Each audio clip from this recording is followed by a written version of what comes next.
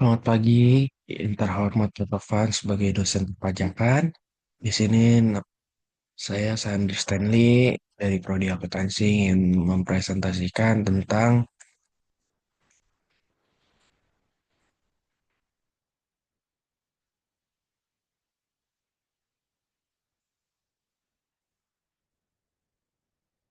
PPh 23, yang kedua ada PPh 24, yang ketiga ada PPh 25, yang keempat ada PPh 26, dan yang kelima ada PPN BM.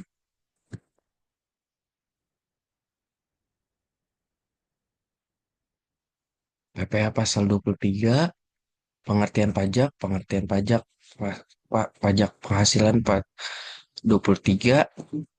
Pajak penghasilan pasal 23 ialah pajak yang dikenakan pada penghasilan atas modal, penyerahan jasa, ataupun pemberian dan penghargaan.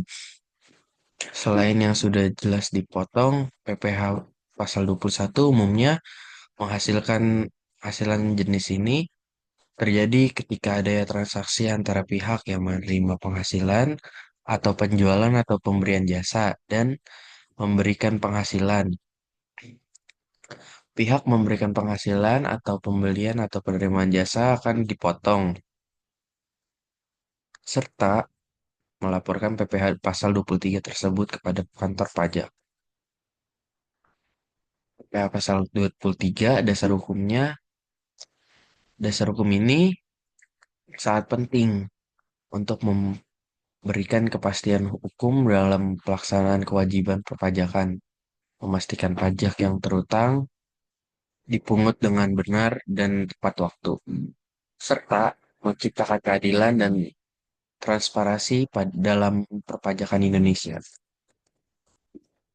Subjek pajaknya, subjek pajak PPh pasal 23 adalah pihak yang dikenakan kewajiban untuk mendorong atau membayar pajak, penghasilan, dan atas penghasilan tertentu yang diterima oleh pihak lain. Secara umum, subjek pajak dalam konteks PPh pasal 23 dibagi menjadi dua kategori, yaitu yang menerima penghasilan dan pihak yang memotong pajak. PPh pasal 24.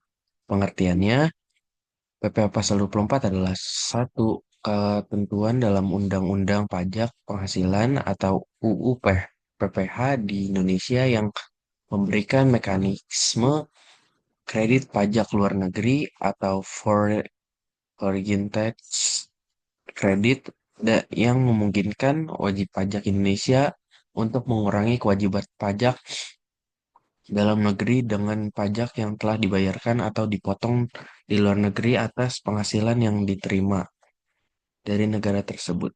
Konsep ini diterapkan untuk menghindari pajak berganda atau double taxation yang dapat terjadi apabila suatu penghasilan dikenakan pajak atau dua negara yang berbeda, yaitu negara sumber penghasilan dengan negara domisili wajib pajak.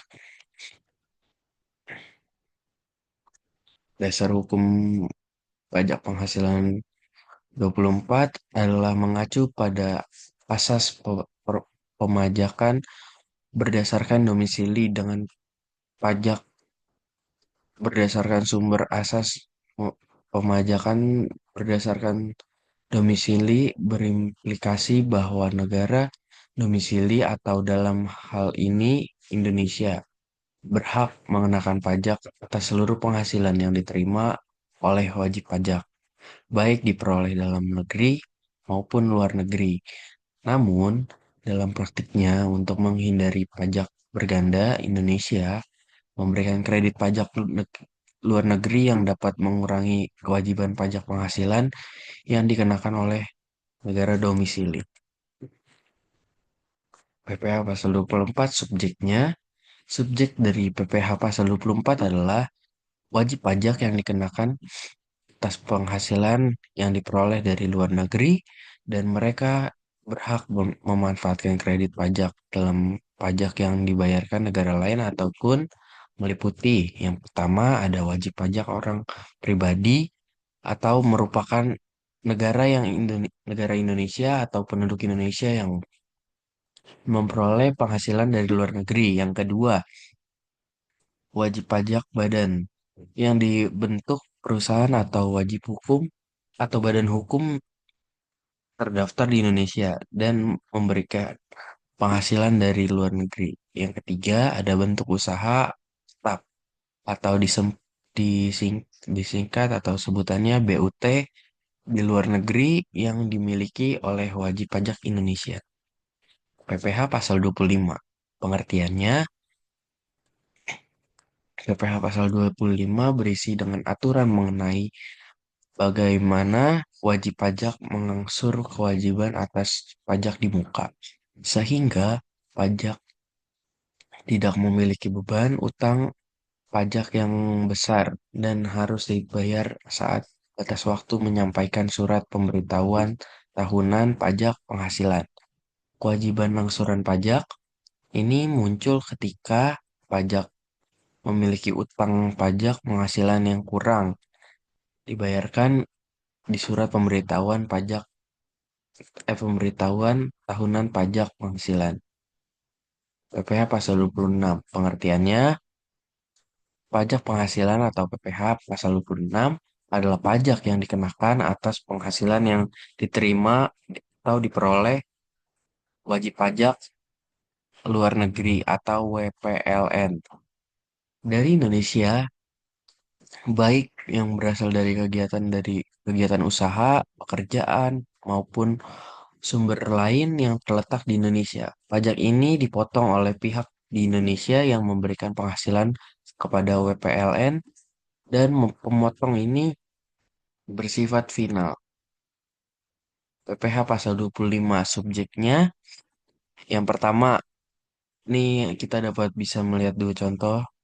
Yang pertama itu ada orang pribadi yang bertempat tinggal atau berada di Indonesia yang lebih dari 183 hari dalam periode 12 bulan atau berniat bertempat tinggal di Indonesia. Mereka mencakup individu yang memperoleh penghasilan dari kegiatan usaha, pekerjaan, ataupun sumber daya lainnya di Indonesia, baik karyawan, wira swasta, ataupun profesi tertentu. Orang pribadi ini membayar angsuran pajak bulanan sebagai bagian dari kewajiban pajak tahunannya.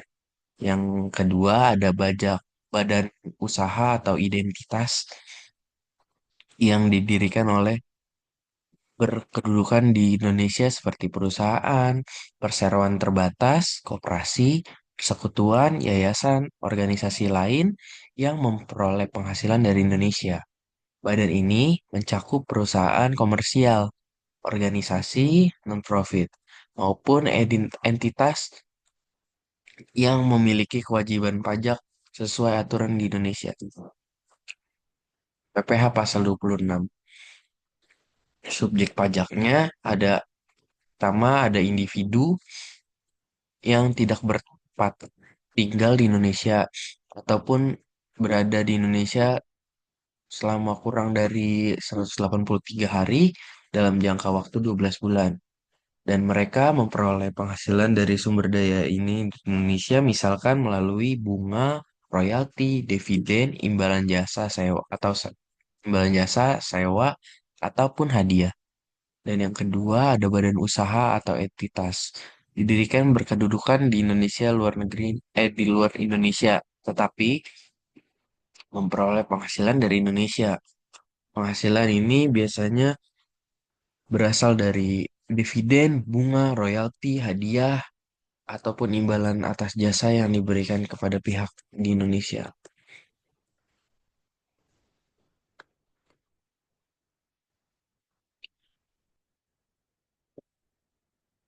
Pengecualian pajak penghasilan PPh pasal 25 dan 26 berkaitan dengan di mana wajib pajak angsuran perpajakan secara berkala selama berjalannya waktu. Berikut ini adalah beberapa pengecualian khusus di mana wajib pajak dapat dibebaskan dari kewajiban membayar angsuran PPh pasal 25. Yang pertama, wajib pajak yang tidak memiliki penghasilan teratur. Yang kedua, wajib pajak baru. Yang ketiga, wajib pajak orang pribadi atau non-karyawan. Yang keempat, ada penghasilan yang dikenakan pajak final atau tidak dikenakan pajak. Yang kelima, wajib pajak yang mengajukan permohonan pengurangan atau pembebasan angsuran. Yang keenam, wajib pajak dinyatakan pilot atau dalam likuiditas. That's it.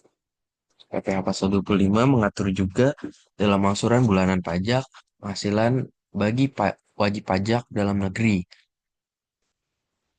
membantu mereka mencicil pajak yang terutang. Untuk meringankan beban di akhir tahun, perhitungan angsuran di pajak didasarkan pada pajak tahun sebelumnya dan yang dikurangi kredit pajak dan dibagi dalam 12 bulan. Pembayaran pajak dilakukan oleh wajib pajak setiap bulan. PPh Pasal 25 memanfaatkan bagi wajib pajak dengan meringankan kewajiban pajak tahunan serta bagi pemerintah dalam menjaga kestabilan arus penerima pajak sepanjang tahun. Sebagai instrumen perpajakan, PPh Pasal 25 mendukung kepatuhan pajak dan mengelola pajak berkelanjutan di Indonesia.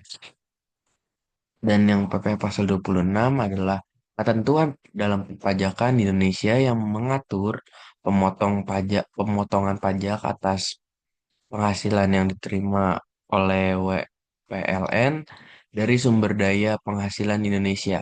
PPh Pasal 26 diberlakukan untuk memastikan bahwa PPLN yang memperoleh penghasilan dari Indonesia tetap berkontribusi dalam penerimaan pajak negara, meskipun mereka tidak berdomisili di Indonesia. Pemotongan PPh Pasal 26 dilakukan oleh pihak yang membayarkan penghasilannya kepada WPLN seperti perusahaan atau instansi pemerintahan di Indonesia. Tarif umum pemotongannya adalah 20% dari jumlah bruto berpenghasilan yang diterima WPLN, kecuali jika tarif khusus berlaku sesuai dengan perjanjian atau penghindaran pajak berganda atau P3B antara Indonesia dan negara asal WPLN. Pajak penjualan atas barang mewah atau PPNBM. Pengertiannya, PPNB, PPN dan PPNBM ada dua jenis pajak yang berbeda dengan objek, tarif, tujuan, dan subjek yang berbeda. Pajak bertambah nilai barang dan jasa atau PPN merupakan pajak yang dikenakan biaya setiap menyerahkan penyerahan barang kena pajak atau BKP. Dan jasa kena pajak JKP di dalam pabean daerah pabean secara umum PPN dikenakan konsumsi secara barang dan jasa di dalam negeri. Objek PPN adalah setiap BKP dan JKP baik dalam negeri maupun luar negeri yang diperdagangkan dalam negeri.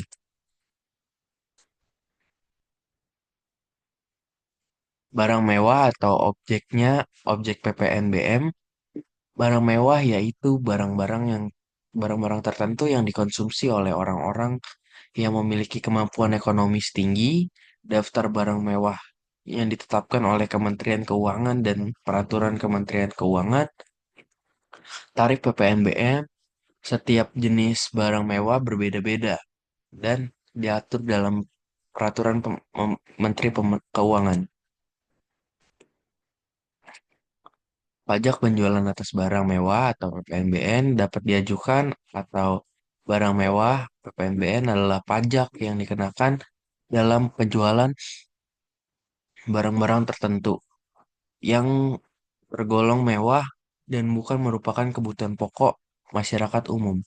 Berdasarkan Undang-Undang tahun 4 Undang-Undang Nomor 42 tahun 2009 tentang perubahan ketiga atas Undang-Undang Nomor 8 Tahun 1983 tentang pajak tambahan nilai barang dan jasa dan pajak penjualan atas barang mewah. Pasal 5 ayat 1 menyebutkan bahwa pajak penjualan atas barang mewah dikenakan terhadap penyerahan barang kena pajak yang tergolong mewah yang dilakukan oleh perusahaan penghasilan barang tersebut di dalam daerah pabean dalam kegiatan usaha atau pengerjaannya. Pajak penjualan atas barang mewah atau PPNBM adalah pajak yang dikenakan penjualan tertentu yang tergolong mewah dan bukan merupakan kebutuhan pokok. Tentang pajak nilai barang sebut jasa dan penjualan barang mewah, Pasal 5 ayat 1 menyebutkan bahwa pajak penjualan atas barang mewah terhadap penyerahan pajak yang tergolong dilakukan oleh perusahaan penghasilan barang tersebut dalam pabean dalam kegiatan usaha pengerjaan ataupun karakteristik dari PPNB tersebut. Yang pertama ada bersifat selektif, yang kedua dikenakan satu kali, yang ketiga menggunakan tarif progresif, yang keempat bertujuan untuk mengendalikan konsumsi, yang kelima secara instrumen fisikal, yang ketujuh adanya insentif pajak, yang kedelapan adanya penerapan berbasis peraturan khusus. Dan tarif PPNBM itu contohnya ada kendaraan bermotor, hunian mewah, kapal pesiar, dan pesawat udara pribadi. Yang keempat ada alat elektronik dan perhiasan mewah. Yang kelima adalah senjata api dan pelurunya. Kesimpulannya, secara keseluruhan penetapan PPNBM jika dikelola dengan baik dan sesuai dengan kondisi ekonomi dari sosial dapat memberikan manfaat besar dalam menyeimbangkan kebutuhan fiskal negara yang memperbaiki pemerataan sosial. Namun, perlu adanya pengawasan yang lebih ketat terhadap penerimaan pajak dan penyediaan insentif tepat gunanya menghindari penurunan daya beli dan yang terlalu tajam di kalangan masyarakat. Mungkin itu saja sekian dari presentasi saya pagi hari ini. Mohon maaf jika ada kesalahan kata ataupun kesalahan pengucapan. Terima kasih.